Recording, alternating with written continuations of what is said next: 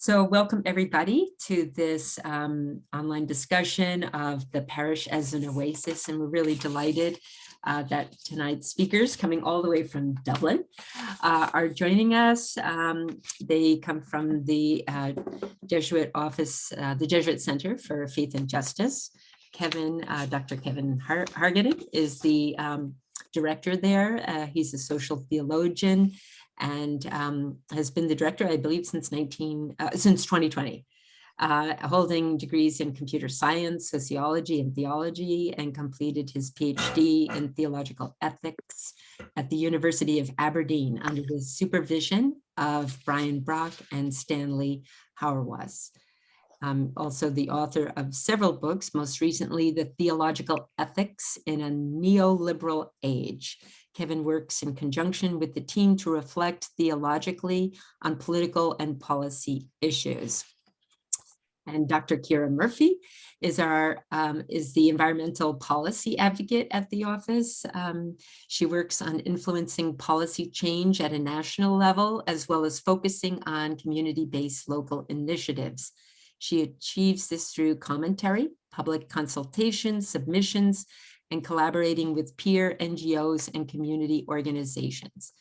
Ciara holds a Bachelor of Science in Environmental Biology and a PhD in Environmental Microbiology, which have equipped her with a broad knowledge on environmental and biodiversity issues. And I had the pleasure of meeting Ciara in person last year when we attended the Glasgow Climate Conference, COP26, and also participated on the pilgrimage with Jesuit missions, where we walked across Scotland. So it was a pleasure to get to know her and her knowledge of ecosystems as we were walking through the hills of Scotland. So also we've been together on Eco Jesuit, participating on some of the international calls with some of the different Ignatian groups and Jesuit ministries involved in ecological issues. And then just a little bit about this group. Some of the members, a lot of them are coming as parish liaisons within the Newark Archdiocese. That's based here in New Jersey. We also have some members from the New York and possibly the Brooklyn diocese. We did send out some flyers there. And then some are members of the Christian Life Community, which would be the Ignatian Lay Association that I have been part of for the last 35 years with my husband, Pet, and a few other members are part of that. Okay, so maybe we'll begin then with an opening prayer, and then I'll hand it over to the team. And Lynn, since you so kindly offered to read this, I'll invite you to share that. In the name of the Father, and of the Son, and of the Holy Spirit. Amen. Amen. Gracious, loving Creator God, you have formed us out of the earth and breathed into us the breath of life. You have endowed us with an inner light to grow, prosper, and care for this earth. Through your Son, Jesus, you have shown us the way to truth and fullness of life. We pray in and through the Spirit of your Son for the courage to believe that nothing is beyond our collective ability to dream of a better world, trusting that our dreams can be turned into actions of care for creation. May these dreams be built not on sand, but on the solid foundation of loving effort. May it be so, Creator God. May it be so. Amen. Amen. Amen. I should also mention that, thank you, Lynn, that was really beautiful. And that photo of those trees were actually taken today. Yeah, it's really beautiful here in New Jersey. But really Kevin and Ciara will be talking about their book, The Parish as an Oasis, which is of special interest to a lot of us who are liaisons to our respective parishes, on the basis of why the parish should be involved in ecological issues and what are some good practices and success stories. So I'll turn it over to Kevin and Ciara. Really delighted that you can share with us your knowledge and experience. Thank you.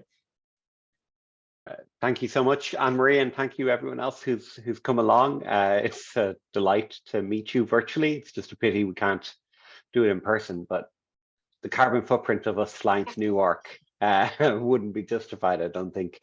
You'll have to be patient with me now while I try to share my screen. And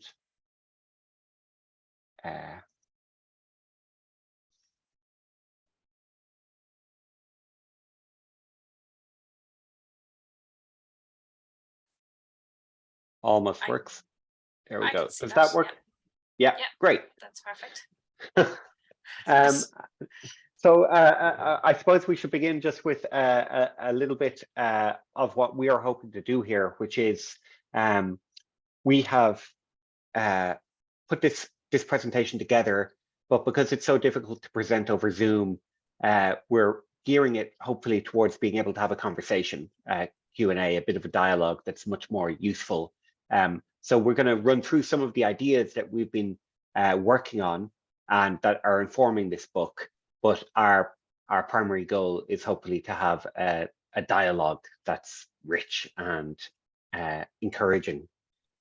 So with that in mind, I think that the absolute best thing that could happen is that we keep getting interrupted by the little yellow hand raised icon, or by bouncing things into the chat box, and we'll respond to that. Maybe Ciara, if you pay attention to the chat box and the hands, and I'll pay attention to the slides, and together we'll kind of make this work. Great. So with that in mind, then this is probably the cover of our book, but we don't know for sure because we haven't seen a physical copy of it yet. It's called The Parish's Oasis, and what we wrote it for really was for Christians who recognize the crisis that we're in, but who also suspect that it's a bad idea for us to operate our environmentalism out of a sense of doom or fear or dread.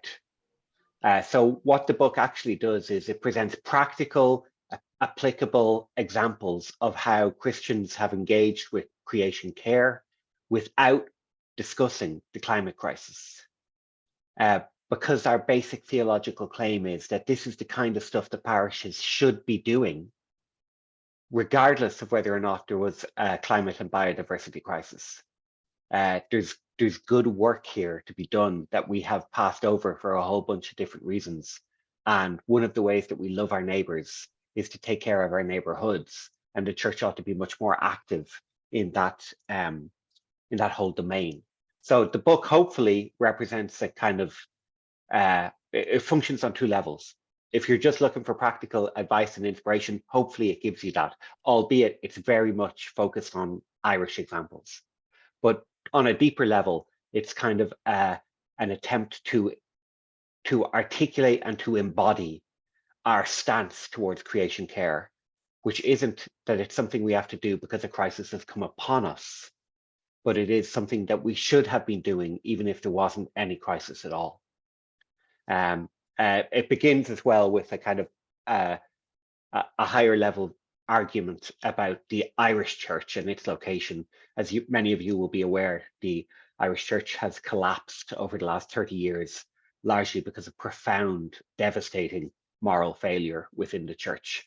And people within the church are demoralized and they don't know how to go on. And so we begin trying to set that scene, to describe the ground upon which we're building. Ciara and I were children when the abuse scandals broke. In a way, we inherit the ruins that were made in the 20th century, and the book is an attempt to positively articulate the place we're in as a good place. Lynn, you have a question? Well, I just was wondering, when you say parish, you don't just mean then Catholic parishes, you also mean Christian parishes and other parishes? Yeah, I'm an elder in the Presbyterian Church in Lucan in County Dublin, Lynn. So it would be definitely understanding local Christian communities, um, uh, and the book engages ecumenically across the board. And we should really have introduced ourselves more fully, maybe, but the work of the centre anyway. If you need to know more about us, jcfj.ie. And kind of with that in mind, then I think, Ciara, do you want to Yeah. talk about Ireland? Yeah, so because the book at first, thank you very much for having us on, and it's lovely to see everyone on the screen. So yeah, because Kevin mentioned that this book is quite Irish focused, so it's probably a good idea to kind of give you some of the background of, I suppose, Ireland at the minute. So in this picture here, you see what is kind of typical Irish landscape, and it looks really green and it looks really good. But it actually kind of hides, I suppose, a more problematic image. So we portray ourselves as very green, but if you look deeper into this picture, there's two main species in it, and it's mainly grass for forage and cows. And we have lost an awful lot of our biodiversity. In Ireland, we're one of our ecological integrity is one of the lowest. We've lost a lot of our original and native ecosystems, which will be Atlantic rainforest.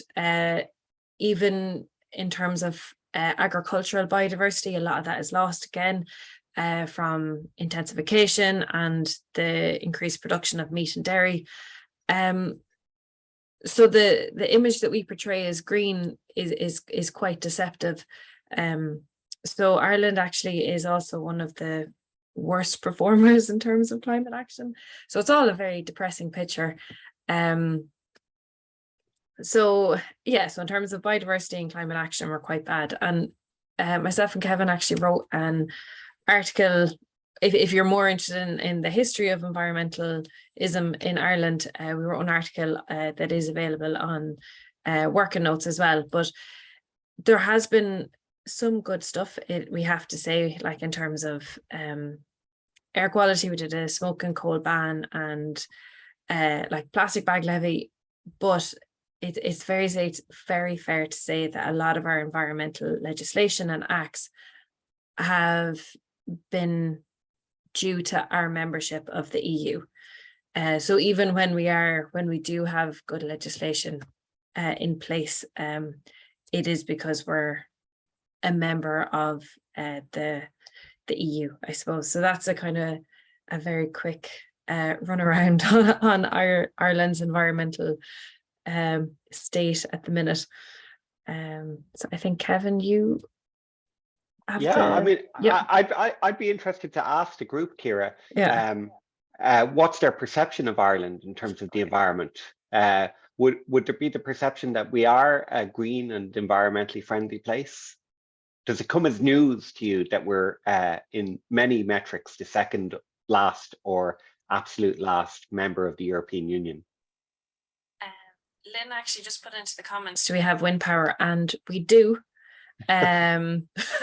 We do have some. Our offshore wind power is very limited at the minute, and our onshore wind power is slightly problematic in that we don't have enough, one, and then two, a lot of the wind turbines are actually placed on peatland, which is the worst place to put it because peat stores a huge amount of carbon. So if you put wind turbines there, you're actually releasing a lot of the carbon.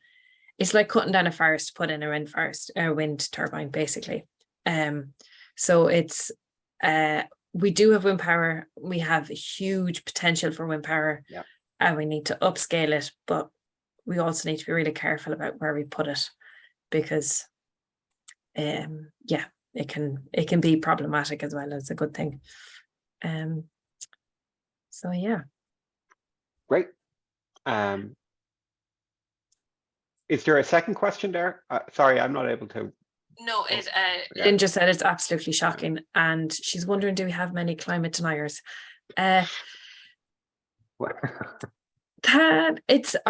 not too climate delayers, I suppose, Yeah. Kevin. Yeah. So in terms of awareness and acceptance that climate change is happening in Ireland, it's actually pretty high. There's been some research done that shows that Ireland's acceptance that it's the thing, that it's an issue, is high, but there's an awful lot of delay tactics in terms of, in general, Ireland is very happy or wants to reduce our emissions, but then at the local level, any single thing that we try to do is blocked, or it's too expensive, or it should be done somewhere else. So it's the classic example of this is the Department of Transport has dedicated €1 million a day for development of cycle lanes. €1 million a day is a large amount of money in Ireland for such a small country, and that money has been made available to the local authorities, kind of local government, and that money gets sent back.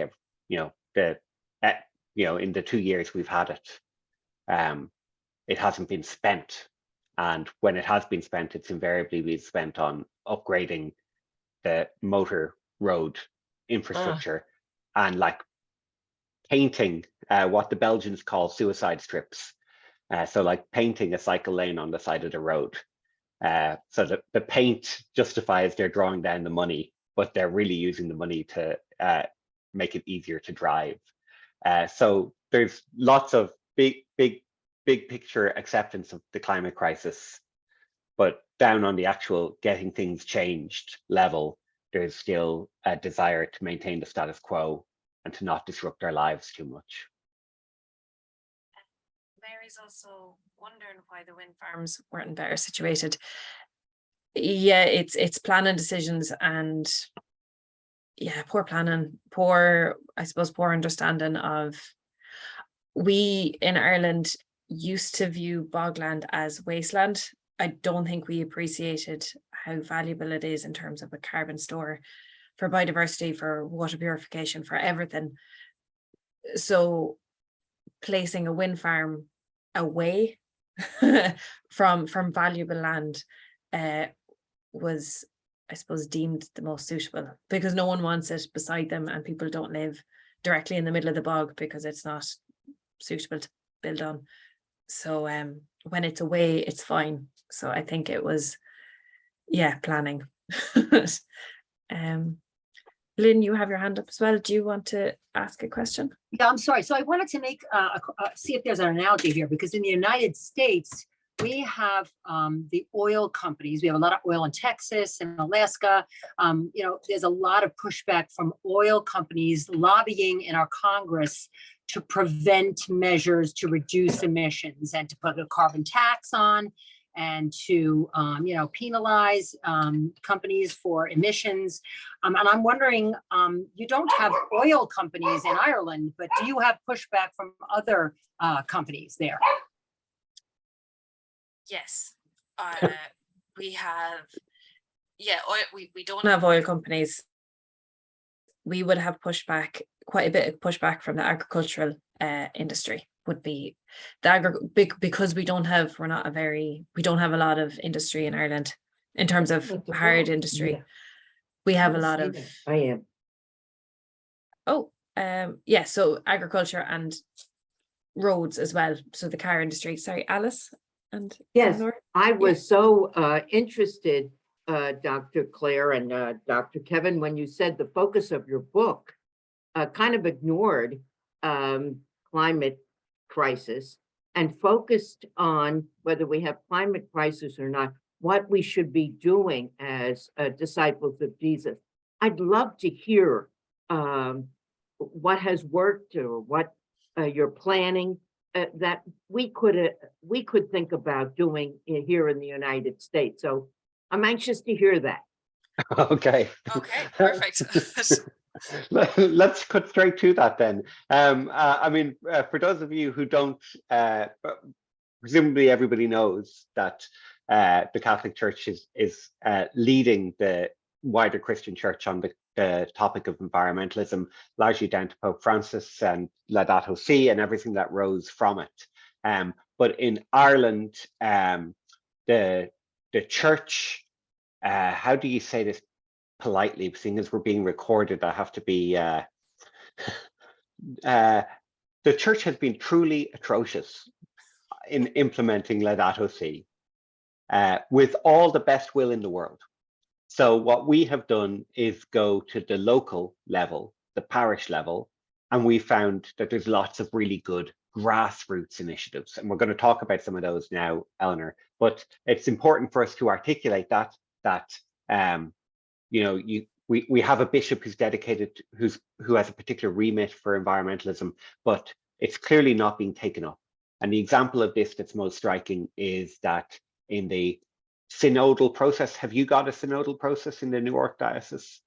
So in our synodal process, of the 32 engagements, the conversations that occurred, that's dioceses and orders and groups like Christian Life, not one group raised the environment.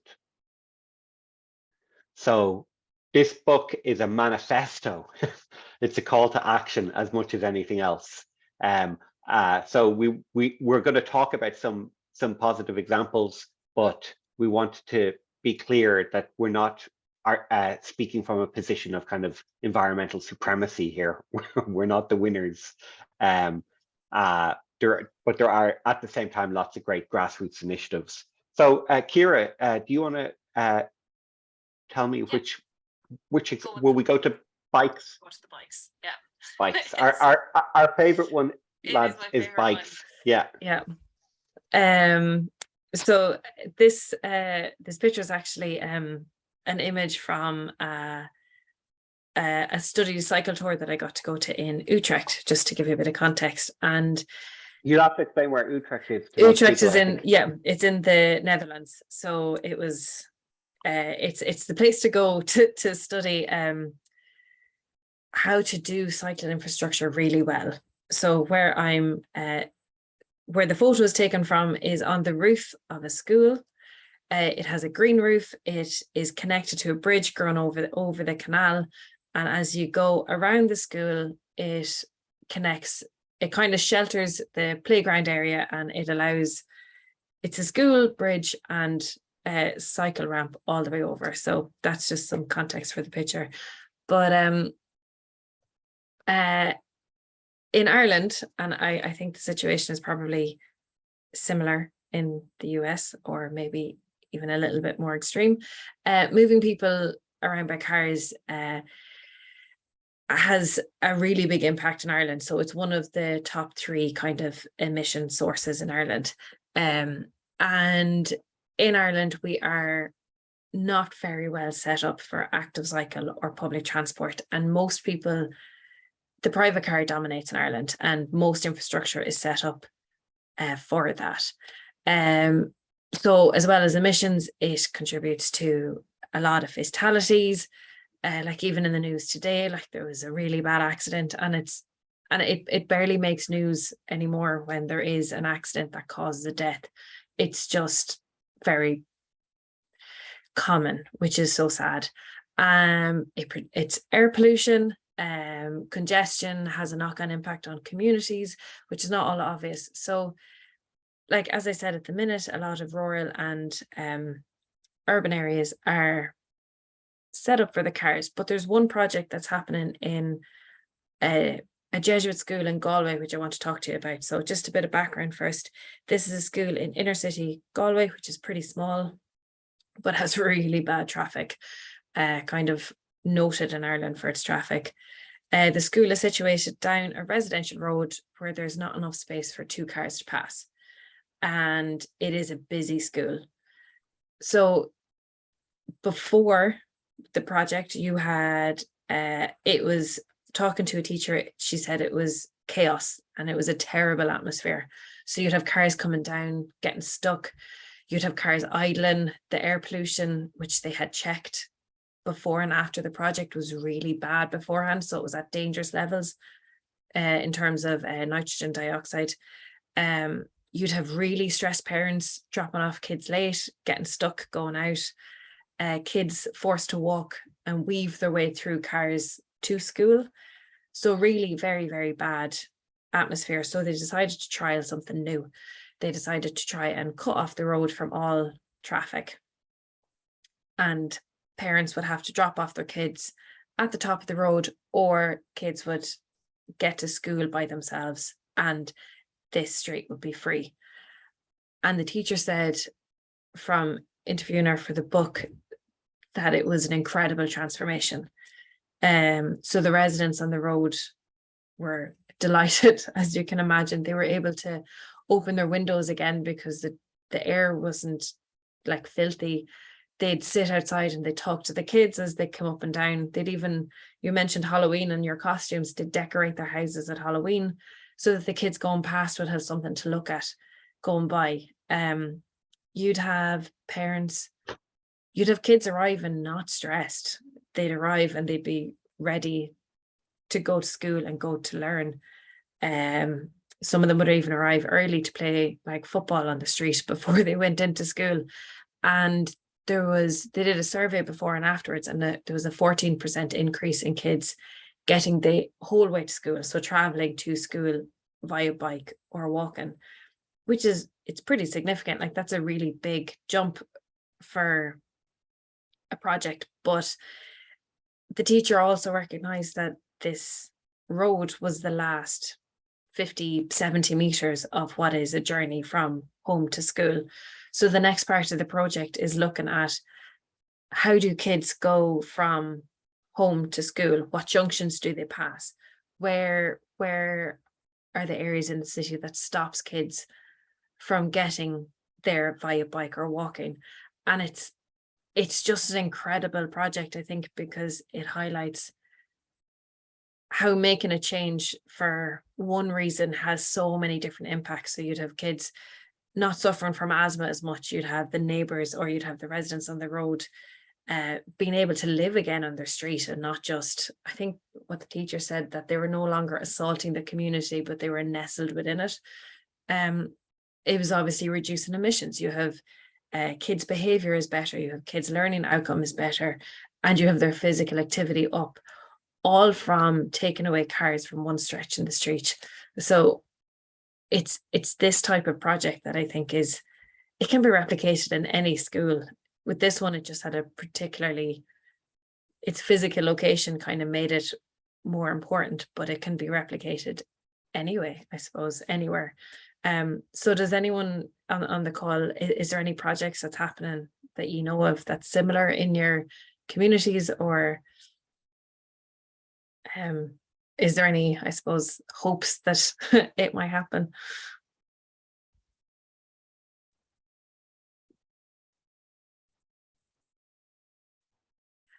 So I just actually got, so is it safe for kids to go to school alone for this last bit?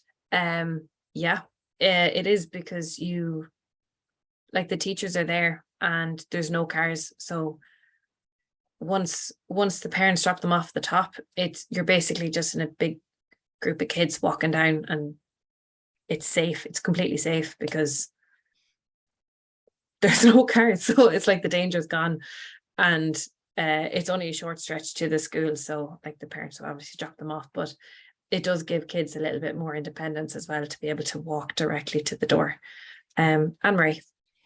Yeah, I just wanted to say we, as part of the Newark diocese, we have, there was a greenway that was kind of in, up for approval to develop a former train line to be a green space, and it would span, I guess, anywhere from 7 to 10 miles. And it could potentially be a place where children could bike or walk and travel part of the way.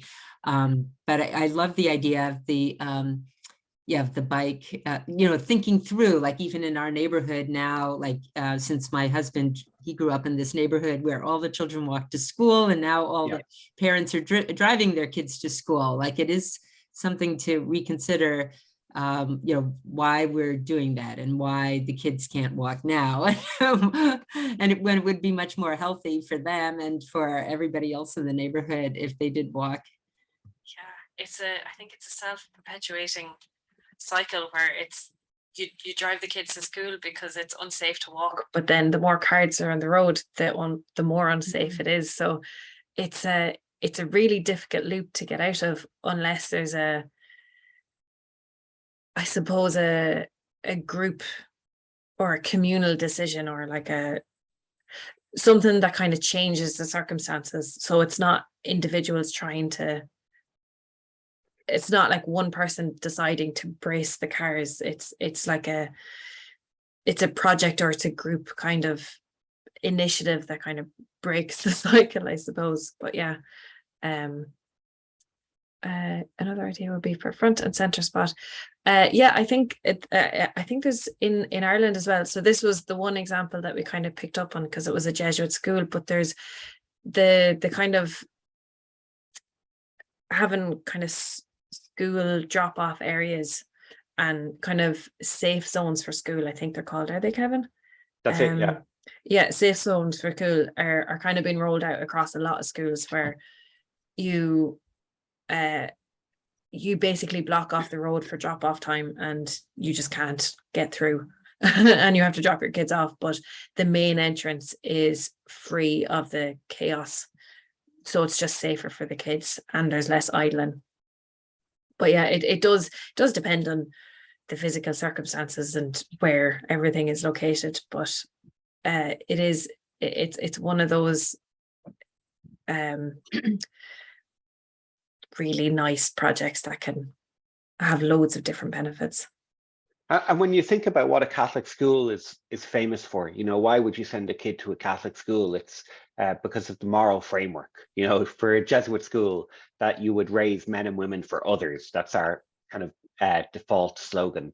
And then it's also for academic excellence. But you know, the Pope has very clearly communicated that the Church now needs to take creation care seriously as a primary concern. So it seems entirely sensible that Catholic schools would also be places that form their students to be alert to creation care and to seek to live into that. So, you know, climate matters, terrain matters, the distances from the homes matter, but fundamentally what we would be proposing here is that every Catholic school should be thinking in the way that Coláiste Ignoid is, in terms of saying, how do we move to having a more creation care culture? And it just so happens that when you put the old-fashioned technology of the bicycle at the center of these conversations, amazing things can happen around community building, because the car is an insulator against other people. You know, you're in a little climate-controlled bubble that keeps you apart from your neighbor. Those kids never got to meet the people who lived on their street because they were always in their parents' SUV. And now out on the street by walking or cycling, there's a community there that didn't exist. So obviously adaptation is required and cultural context needs to be appreciated, but we don't think there's any reason in the world why every single Catholic institution, hospital, school, community center, isn't thinking about how to put the bike as the default mode of transport to get there. And then that makes it easier for those who can't cycle, because the traffic is reduced and the parking congestion is reduced. And we also think that we're right on the edge of a technological shift in terms of cycling because of the development of e-bikes, which you may be familiar with. But an e-bike makes it very straightforward for able-bodied people to commute 20 kilometers, or what's that in miles, 15 miles, which is a game changer. And it's so much cheaper than a car to purchase and to run. So when you think about the statistics in terms of Ireland, we need to have a 27% reduction in our transport emissions. And that could be easily achieved by us just, as Ciara says in her slide, getting on our bike. So this was a particular example a particularly encouraging example to us. Now we have some chat comments. Let us catch up here. Yeah. So I think Patrick said that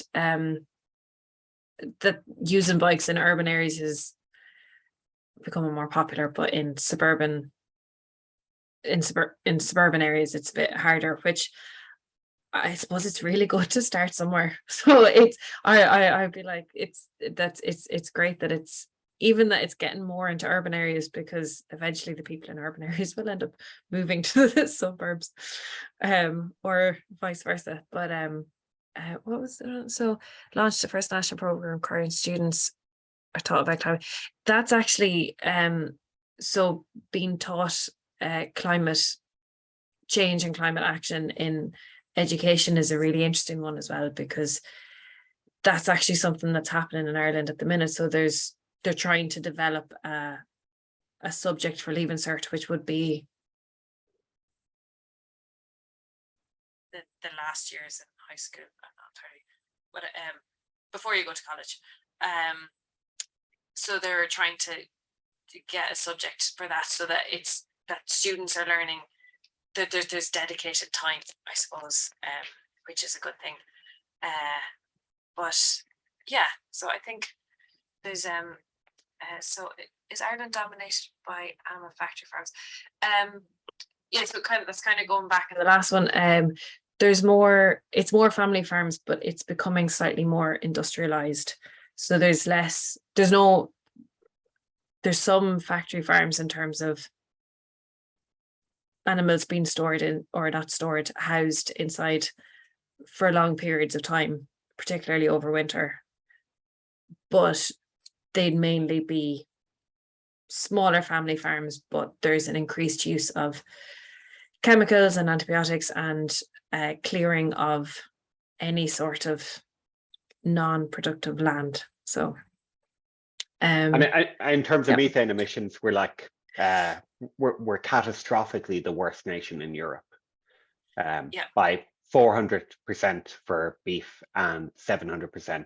We produce 7 times more methane in our dairy farms than equivalent dairy farms elsewhere in Europe. So we are like, I can't see who it was who brought up methane, but that is, Ireland should be considered a rogue nation in terms of our pollution in that regard. And somebody pointed out about the able-bodiedness, the question of able-bodied.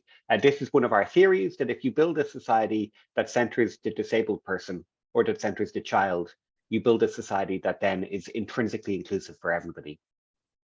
And for us, the environmental crisis is also an opportunity to move through a just transition into a society where these socially constructed oppressions can be reduced across the board.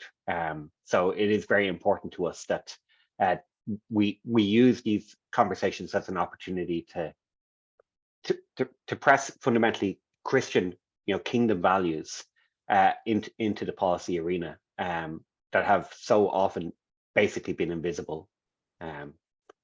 But Eleanor and I also have left because we haven't been talking enough about practical examples. So maybe we should move on. Will we do the sun, Ciara? Yeah, I think so. Okay, so this is our one attempt to engage an American context, and our best effort is like 2,000 kilometers away from Newark. This is Batesville, which is a small rural town in Arkansas. And the school system was it was bad, and it was getting worse. It was running an annual deficit of $250,000. And then in 2017, they installed almost 1,500 solar panels around the campus. And within 3 years, they were running a $1.8 million surplus. And they now pay their teachers more than the state average. They've increased the number of teachers on staff by almost 100. There are still many challenges facing this town. I mean, you can probably understand that far better than we could in terms of these middle America towns, rural contexts, facing all kinds of challenges. But spiraling energy costs are not one of the challenges that they face. So it's true across the board that solar energy is one of the, I think, was it Lynn who was talking about good news stories? Solar energy is one of the really good news stories of the last 10 years. There were a series of very depressing reports published today from international bodies that have said that we're on track for a 2.5 degree or 3 degree Celsius temperature rise. But that's actually a lot better than we would have anticipated 10 years ago. And the difference between 2012 and 2022 is the cheapness of solar, not exclusively, but primarily. So 10 years ago, a megawatt hour of electricity generated by solar costs $378. And today it costs about $70. So this is absolutely transformative, and it is mind-boggling that it hasn't been embraced across the board by every local authority, and that, you know, Batesville is a kind of outlier in terms of loving the sun and using this readily available and very straightforward technology to transform the social reality. And we love this example because it's actually an expression of integral ecology. You know, environmentalists think about solar panels as a solution to the environmental crisis. But the school board wasn't particularly dedicated to reducing carbon emissions. They were dedicated to reducing costs and improving educational outcomes. So it's what Pope Francis says in Laudato Si is right here in this picture, that the environmental crisis is a social crisis. And the solution to the social crisis is also going to involve solving the environmental crisis. You can't be concerned with justice without being an environmentalist, which is another way of saying the cause of the gospel is now intrinsically also the cause of the environment. So the example in Ireland, we don't have pictures, but we should, we'll get them as soon as the sun starts shining again. We'll drive up to this tiny little town in, has anyone been to Ireland?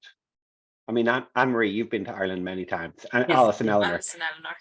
But has anybody ever been to County Monaghan? No, No, because there are loads of Irish people who've never been to County Monaghan. It's like Ciara and I'm from County Leitrim and Ciara's from County Longford. These are the two kind of most backward of Irish counties, and Monaghan is close behind it. And in Monaghan then there are very small towns, and the town we're talking about here is called Clontibret, which is a tiny place. And they had an old church there that was built after the famine. So what is that? In the 1850s, 1860s maybe. And it was falling into disrepair. And the local community wanted to rejuvenate the parish church. Again, not for environmental reasons. They wanted to restore the church for their devotional purposes and for their communal purposes. But when they started thinking about it, they realized that for this to be a worshipful space, it ought to be an environmentally friendly space. And they weren't just constrained by the straightforward answers, they researched. And what they found was, in fact, they could make a carbon neutral church built in the 1860s, but fit for not just the 21st century, but for the 22nd century. And that's what they've done. They've developed geothermal heating. They've entirely renovated the insulation. And in that process, they discovered that there were beautiful mosaics on the walls that had been hidden by poorly constructed, poorly thought through kind of 20th century construction jobs. And they've now transformed this church that's more than a century old into not just a space fit for worship, but into a machine that fights climate change. And this is a small and largely impoverished community in the most rural part of Ireland's backwater countryside. And our claim basically is that if the people of Clontibret can put this together, then everyone can put it together. And the technology is now within reach. It's not just the preserve of the super wealthy, prestigious, affluent suburban congregations. Lynn actually had a question, was it subsidized by the government? And I'm not entirely sure. I imagine they did get some grants, but what's really nice about this project as well is that most of it, they reduced the cost of the work done by having a huge amount of volunteer work. So I think it would have cost in excess of over $1 million, I think, to do it. But so they had on the board of it, there was a director of a renewable energy company, which probably helped with their savviness in terms of being able to install geothermal energy and underfloor heating. But I think they cut off like 2/3 of the price by having a huge community effort and people giving a lot of their expertise and a lot of their time to actually make this happen. So yeah, I'm not entirely sure if there was a grant, but there was definitely a lot of volunteer work. So the name of the town, the church that Kevin described, yeah, we'll put it into the chat box once. I actually can't spell it, so I think Kevin. Oh yeah, there you go. So yeah, Mary said. What we'll do, Ciara, is we should put together a blog on the JCFJ website about Clontibret, and we'll go and we'll interview the people and make a little video. So we'll put it up on that website there just as soon as we are able to drive up to this very remote place. Yeah. Oh, excellent. Thank you. That would be great. So Mary said that this was, she's been waiting to hear something like this, and this was her first time. So it's lovely. And for the book, when I interviewed the person who was over kind of the technical side of it, he was saying that they've only really renovated his company, which is called Eurotech, I think, have renovated a couple of churches, but never when it's been actively used as a church, only when it's been converted into something else, like a cultural center or a restaurant. And he couldn't understand why churches that were in use for worship were not actively looking at this technology, which would reduce running costs by substantial amounts, and is really good for reducing emissions and reducing cost and for maintaining the church, because it's easier to keep them warm, well, damp free when you have this type of energy. So yeah. I think that's a really important point that we should draw out, which is that for your own work in the parish, very often environmental measures are described by others as costs, but they're actually investments.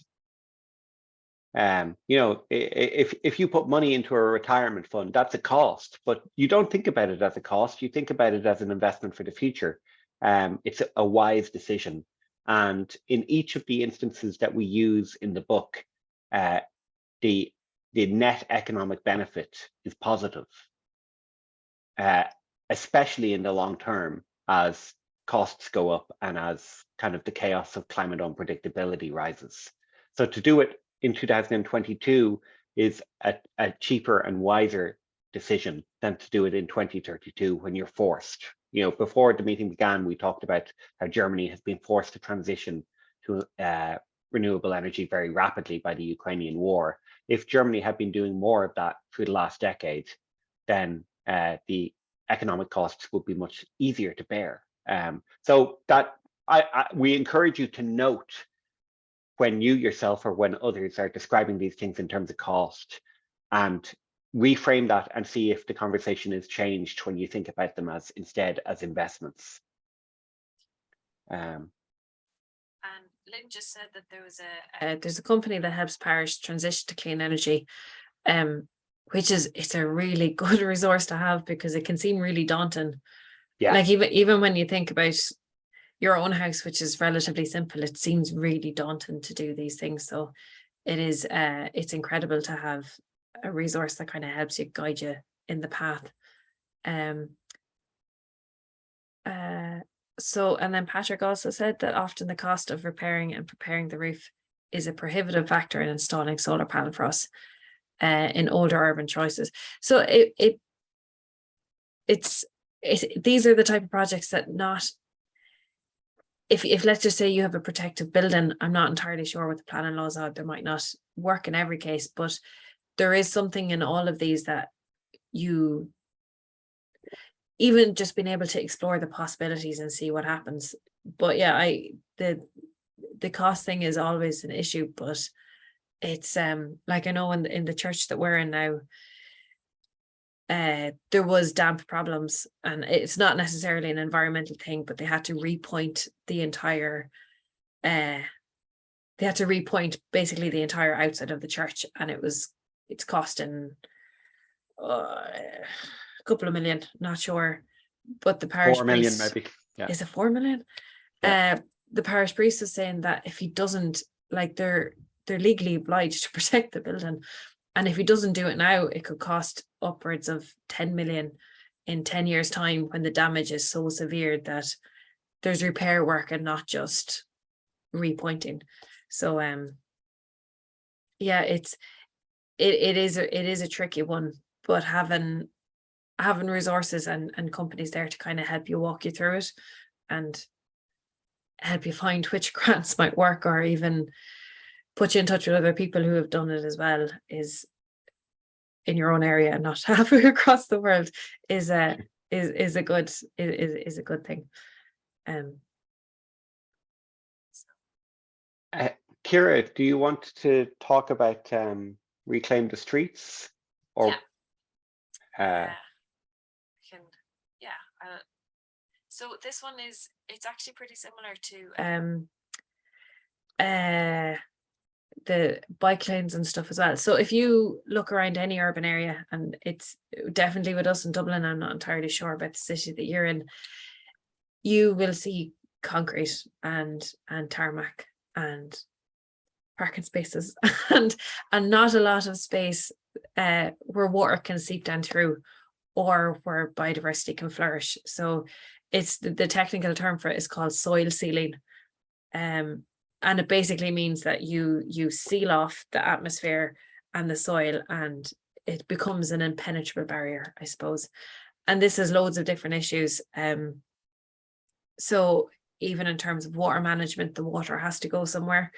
In terms of biodiversity, there's nowhere for it to see, which can impact the pollinators, other biodiversity in the urban areas, but also our wellness. Like we need to be in among green spaces and under trees for our wellness and physical health, but also in some as much of a problem in Dublin, but when it's really hot, having green spaces in urban areas is really important, because you have shade, you've water being drawn up and put into the air, which cools it down. So one of the ideas that we put into the book is, how do we take away some of this pavement, and how do we unpave paradise? How do we recreate the paradise which we had paved over? And you can do this in loads of different ways, but there's one really lovely example in Dublin that is replicable literally anywhere. So it's basically an idea of creating a rain garden and putting it under a gutter. So a drain pipe coming from the roof, bringing the water down from the roof, and you direct the water into what is essentially a planter filled with stones at the bottom to kind of help store the water, and then plants that are suitable for both drought and kind of flood and like excess water kind of material. So it's better if it's like native kind of plants, and in that way you're redirecting the water which would otherwise have gone into storm drains, and you're creating a rain garden which creates loads of space for biodiversity, and it creates it helps you manage your stormwater, and it's just reintroducing a little bit of life and greenery back into the city. And in Dublin, I'll just I just remember this point about why in Dublin this is particularly important, because our storm drains, so where all the water is directed after like quite heavy rain, goes into the same system as our sewage system. So you have stormwater and sewage going to the same place. And you can imagine when it's heavy rain, that can cause a bit of an issue. So we have, over COVID, we had lots of people starting to sea swim. and sea swimming is a very lovely thing to do, unless it's directly after a torrential rain, because the storm water that's mixed with the sewage is pumped untreated into the sea, because it cannot cope, I suppose, with the big influx of water. So anytime you have a really big storm event, or even a moderate storm event, you have storm water mixing in with sewage, it overwhelms the treatment plant, and then it is released into the bay, and the people who swim in the bay are either warned not to do it or get sick. So they're the two options usually.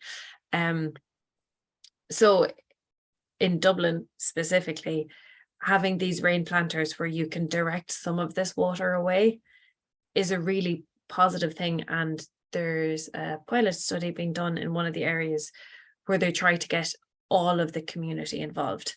So they provide people with materials, they give them the knowledge of how to do it, and every household that wants to participate in this particular neighborhood is encouraged to do it, and then they're going to look at the results afterwards. So this is a really simple idea that it can be done literally anywhere where it rains and there's gutters. But yeah, so I think because I know greening of areas is kind of I suppose it's becoming more common now in urban areas. So Anne Marie, you're nodding. Have you is there anywhere you are? Yeah, so well, for those of us who live in the suburbs, there's lots of green spaces, but it is much more common, like in New York City, there's the High Line where they have converted again a former train track into a green space with park-like type things, and also I think there's recognition that some of our cities, like in Newark or in Hoboken or Jersey City, that creating these green spaces are really enliven the community, as well as provide for healthier, more pleasant spaces. Yeah, I think I can't remember exactly where I seen it now, but I've seen an example in some American city, I can't remember, but the installation of bioswales, or where it's basically a unpaved area of soil, but it's the water on the street is directed into it, and it's sunken, it's lower down, so it collects a lot of the water. So instead of it going into drains that are in the side of the pavement, it's directed into these. So it's basically the idea of a planter, but on a much larger scale. And I as a environmental biologist, I think it's really cool. But that's just me. Yeah, I like it's when we recognize the power of biodiversity and natural solutions. I think it's quite incredible. And is that called bioswales, Ciara? Yeah, bioswales. Bioswales, okay. SWA. Okay, thank you. But yeah. So I think we're getting towards the end of our time, but I just wanted to finish, I suppose, to bring all this together back at the church. This is a picture here of a church in Ethiopia, and there's a network of, a couple of hundred what are called Oasis churches run by the Ethiopian Coptic Church, and they're striking to visit them because in the kind of desert and industrial agriculture of Ethiopia, you step into this green shaded space, which Ciara has described. The green space offers you shelter from the heat, but it also is this kind of wonderful treasure trove of biodiversity. And from above, you can really see this kind of very striking theological metaphor of what the church is called to be in the modern world. A vibrant, beautiful, and diverse place that's hospitable to life, that's welcoming, and that turns barren ground or turns, desert ground into something alive. And it was reflecting actually on these pictures, these images, and the very low technology practices that create these churches that got us thinking about all of these different issues. And I think it's useful maybe for us to note that the wisdom that we're articulating in this book doesn't come from, fancy Jesuit research institutes in Munich. It comes from rural Ethiopia, fundamentally. And the technology that they use to advance this really very striking theological development is very simple stone walls. So they build a stone wall around their church property, and then they implement a process that we would call rewilding, where they allow the natural processes to take place and the forest regenerates. So all around them is the desert, but they have this verdant, beautiful, thriving space in which to worship the Lord and to enjoy his creation. So what's the point? The point is, in the 21st century, in the Western world, we should be taking our wisdom, not just from the kind of high institutions of fine learning, but also from the margins, because that's where the church is growing. That's where the Spirit is most clearly at work. And indigenous wisdom is something that Pope Francis has brought to our attention again and again and again. And our claim is that every single parish church, whether it's Catholic or Protestant or whatever tradition, has the local knowledge required to be a blessing to its neighborhood. And a top-down approach to environmental care has its place, perhaps, in terms of system change. But fundamentally, it's also going to require communities of people who know the terrain, who know the culture, who know the history, who know the people, who know the needs, coming up with sustainable creation care. And it makes absolute sense that Christians will be at the forefront of this, because we worship the Creator God, who's also the Redeemer God. So to care for creation and to act in the service of redemption in the face of the mass extinction and the climate crisis is our absolute, ought to be not just an optional extra for the people who are a little bit environmental. It ought to be primary to the mission of the church. So we just wanted to draw out that these are examples that come from Ireland. But we suspect that every diocese in the world can think about active mobility and can think about flood prevention. Not every diocese in the world can do the exact same kinds of things that Clontibret Parish did, or that the Ethiopian Coptic churches could do, but in your place what you can do. And what we want to do, what we want to argue, is that this is actually among the primary tasks of the people of God right now, to think seriously about what it means to love your neighbor in a climate crisis. So I think maybe with that, Ciara, is there anything else? Should we address anything else? No, I don't think so, unless anyone has any. Yeah, I mean, we can have Q&A, yeah. Yeah, I would just. Go ahead, Joan. Yeah, I'm just amazed at the greenery around the church. Where do they get the water from?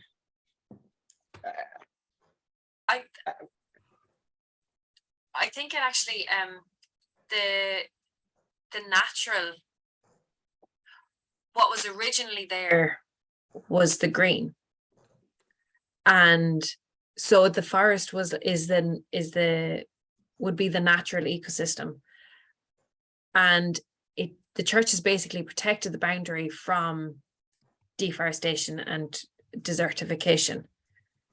if you know what I mean. So the green was always there, and the desert has evolved, I suppose. If you start on the edge of the desert, you can build a colony, and the desert can be pushed back through natural processes. So the stone walls protect the land from other people cutting the trees down and from animals eating the saplings. So cows and other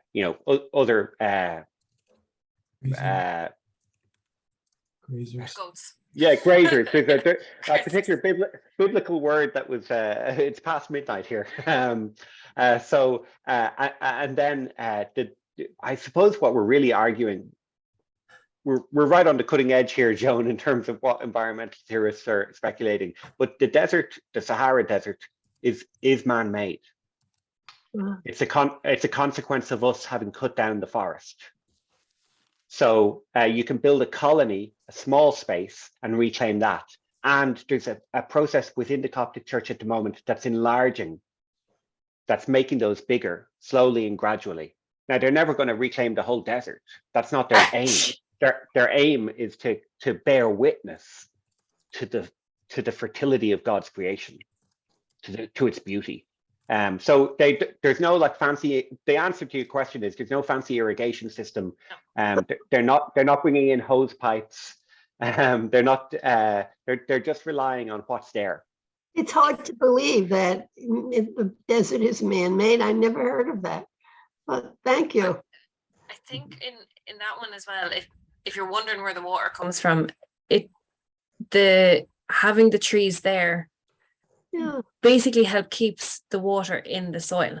So you have, I'd say if you take a soil sample from the desertified soil from outside of the trees and the soil from underneath the trees, it's going to be naturally wetter because you have more carbon going into the soil.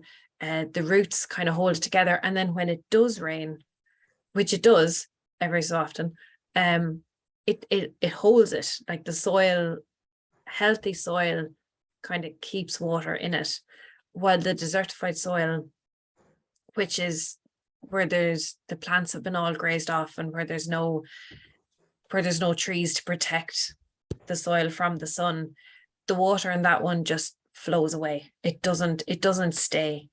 So it's not just how much water arrives to the site by rain or whatever, it's how you keep the soil in the site. So that's my other nerdy explanation. Sorry. And here we'll compound the nerdiness. The Horn of Africa, where Ethiopia is currently undergoing an absolutely devastating famine. And Irish people are very keen on this to remind everybody that famines are always man-made. Because of course our famine was not the product of a potato blight, it was the product of British colonial policies. There was no need for anybody to die, and instead 1 million people died. So what's happening in the Horn of Africa right now is devastating.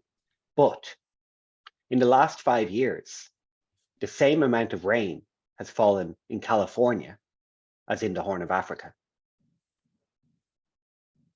There's no famine in California that I'm aware of. Yeah. But there's a famine in the Horn of Africa. Why? Because the economic and the technological systems are so arranged to protect some places and to expose other places.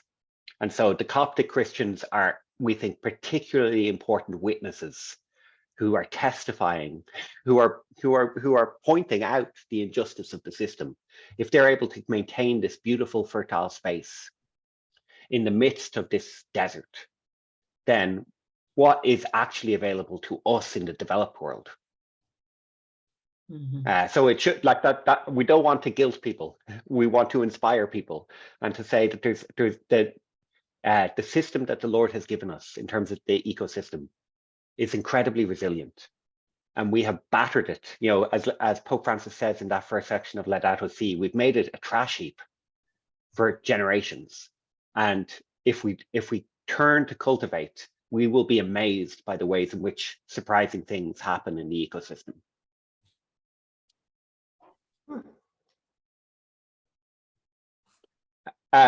Nicholas asks about how can you influence the hierarchy? We're not the people to ask because we have incredibly good relationships with secular NGOs and with civic society and with community groups and with the Irish government. The bishops largely are uninterested in our work. So this is on our agenda to try to find a way to convince the hierarchy. But for us, this is a missional concern. Like, this isn't, whatever the future of the Irish Church looks like in terms of rejuvenation and renewal, it's going to have to include justice work, and it's going to have to include environmental work. It can't just be whatever the new evangelization is going to be. Has to be a part of it. The authenticity and the credibility of the gospel is testified to by our actions, not just our words. So I don't know what we can do except to pray. That sounds like a cop-out answer, Nicholas, but it's actually the most profound thing we're able to do. Mm-hmm. Anne Marie also asked, do we have examples of how parish community comes together to address this, on how to develop a creation care culture or be a blessing to our neighborhood? The best answer I have for that would probably be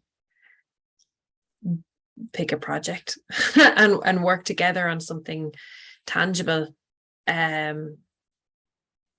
But obviously there's even in terms of like creation care, I suppose maybe there's a role, like there's lots of different ways of doing it. There's a role to play within the church in terms of the spirituality aspect of it. And I suppose, I think a lot of people know that there is a problem, but I think kind of letting people know why we should do something is quite important. But I do think having a common thing to work on brings people together. So I think one of the examples that we have in our parish, or in the parish that we work in, there's a polytunnel, and it's a walled garden in the middle of inner city Dublin. And over COVID, the kids in the school next door had access to it just during playtime. And from that, we've built a polytunnel which the parish shares, and the kids have access to, and the community that lives there has access to. And this one polytunnel, it's a small thing, but it's a tangible, visible project that brings people together. And there's tomatoes in it now, and the kids can eat the tomatoes, and the harvest can be shared, and extra plants is given out after church. So there's this one polytunnel project. Oh, a polytunnel is a plastic greenhouse, I suppose. So it'd be like a community garden. Yeah, it's well, but it has a special garden. cover. It's covered in plastic because Irish weather doesn't let us grow all year round. So yeah, it's a greenhouse. But it means that the kids have access to it. When it's raining, they can still go into the polytunnel and have their class in there, or do the work in there, and it's covered. Have class there. Cool. Yeah, I think the teacher brings in, not a big class, but like she brings in the class, and they all plant together. And for some kids who live in inner city Dublin, this is the first time they've actually touched soil, which is lovely and scary at the same time. But I mean, the thing about this is that every parish has to determine the answer to what a culture of community creation care looks like for them.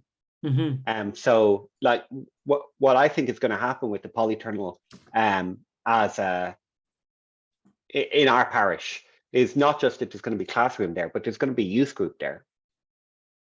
It's going to be missional and it's going to be educational. It's going to be formative across the board. It's also going to be the case that this walled garden, which is the largest walled garden in North Dublin, which has been closed and just for Jesuits for 160 years, it's now open to the kids. But give it a year or two, it's going to be open to the community.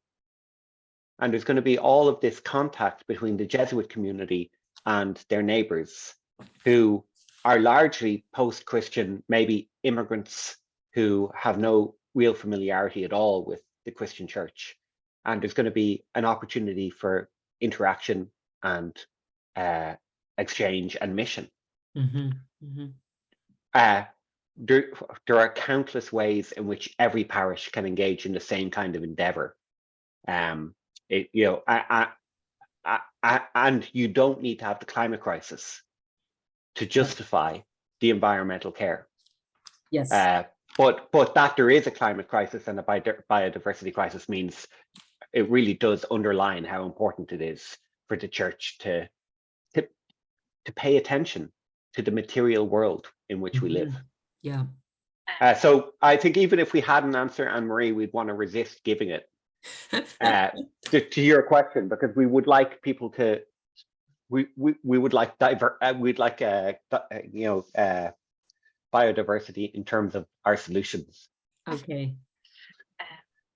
Yeah, and actually, biodiversity is probably, I think a lot of the stuff that we mentioned so far has been climate, but biodiversity is just as big of a problem. But I think because we can see it, it's something that people can sometimes engage in easier because you can see the tangible results, if you know what I mean. Like if you plant a tree, like even that green space and like the oasis of green, seeing how a fully functioning, healthy ecosystem works, it's incredible.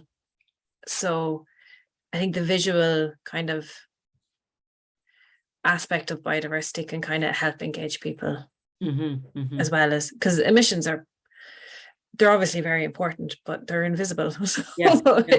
It's unless you like have a log or you look at your bill, you don't know, it's not as easy to engage in with emissions, I don't think. Yes. Yeah. Yeah. Right. But obviously very important. Yeah, this has been very insightful. Like, yeah, I see from the comments, thoroughly and absolutely refreshing. So some of these ideas, I think, have generated some interest and ideas for us, especially in those areas of our diocese where they are inner city. And I don't think our reps from those parishes are here tonight. So we'll have to be sure to share that. But I think you've given us a lot to think about, and how to approach it maybe differently too, like how, this whole idea of the creation care culture and being a blessing to our neighborhood really, I think, does call forth maybe some of those other ways of thinking about what we can do and how we can do it in a great way. So it's kind of almost approaching the 30 mark, but do you have any final wrap up comments that you want to make to the group before we end our call? I mean, I think we're honor bound to preach one last sermon. Yes. Which is that Ciara's laughing. Kevin's the only one who preaches sermons. We have this thing that we want to communicate very clearly to everybody involved, which is there's a fundamental difference between optimism and hope. And optimism is a lovely thing if you can have it. But at this point, environmentalists can't really be optimistic anymore. And hope, well, that's a very different thing. That's a virtue that's literally eternal. So in our context, we're surrounded constantly by pessimistic news, by signals about the slowness of reaction. And yesterday we met with dozens of teenagers from across Ireland, and they were all very aware of the climate crisis, but they were all so strikingly conservative in their responses. You know, it was still personal responsibility, no system change, which is not to judge them, but it's just to say that even the young eco activists think too small about the change that's required. So how do we not get pessimistic, and how do we not get dismal about things? And our answer to that is hope, which is, along with faith and love, the cardinal Christian virtue. And hope is not the same thing as optimism. Optimism is confidence that things are going to turn out all right. And hope is the sure and certain knowledge that doing the right thing is the right thing to do, regardless of whether things turn out all right. Mhm. And we live in a culture that tells us that we should seek impact, and we should seek metrics that prove that we're doing the right thing. And in the environmental realm, if we commit to that worldview, we can end up burning out very quickly, because it's so hard to find signs of progress. If instead we think we have this short span on this earth, let's dedicate it to doing the things we're called to do, which is to love our neighbor and to walk humbly with our God, and for our environmentalism to be shaped by those concerns, then regardless of whether they're impactful, we know that we're spending our time right. And that gives us the sustainability and the stamina to keep going, even when even the smallest of measures feels like it takes a gargantuan effort. So we want to propose to you that whatever else happens in terms of your spiritual life and environmentalism, the cultivation of hope is the ground upon which everything else can grow. And it's great to be optimistic, but it's so much better to be hopeful. Uh-huh. And that's our final word to you. That's really beautiful. Thank you, Kevin. So yeah, we'll I guess I can follow up with you on when your book is published, when it comes out, and let people know. Are you expecting now kind of a November, December? Ciara and I live in a world of We know as much as you. yeah, relentless deadlines, but our publisher is not giving us the deadline, so we're happy with that. Yeah, but Okay, sometime towards the end of November, we think. Yeah. Uh-huh. Oh, well, you'll let us know. And so then Yeah. we'll look forward to reading the stories. Yeah, I was hopeful to see the table of contents with all the different stories from the different parishes. So I can share that with some of the members on the group here as well. So yeah, I see a lot of people thanking you. We did ask the publisher about an ebook, and I don't. It's a possibility. So if it is a possibility, we'll let you know about that as well. Oh, okay. Not sure yet. Okay. Yep. Okay, then, and so then we'll close then. We usually close with the prayer, but I think we'll just keep it to glory be. In the name of the Father, and of the Son, and of the Holy Spirit. Glory be to the Father, and to the Son, and to the Holy Spirit, as it was in the beginning, is now, and ever shall be, world without end. Amen. Amen. So thank you so much. And to all of the other people here, yeah, thank you for joining us and for your comments and the lively conversation. So yeah, have a good night's sleep, Kevin and Ciara, and I'll be in touch with you. Thank you. Thank you all. Good night. Thanks. Bye. Good night. Okay. Bye. Good night. Now. Thanks for staying up so late for us. I'm gonna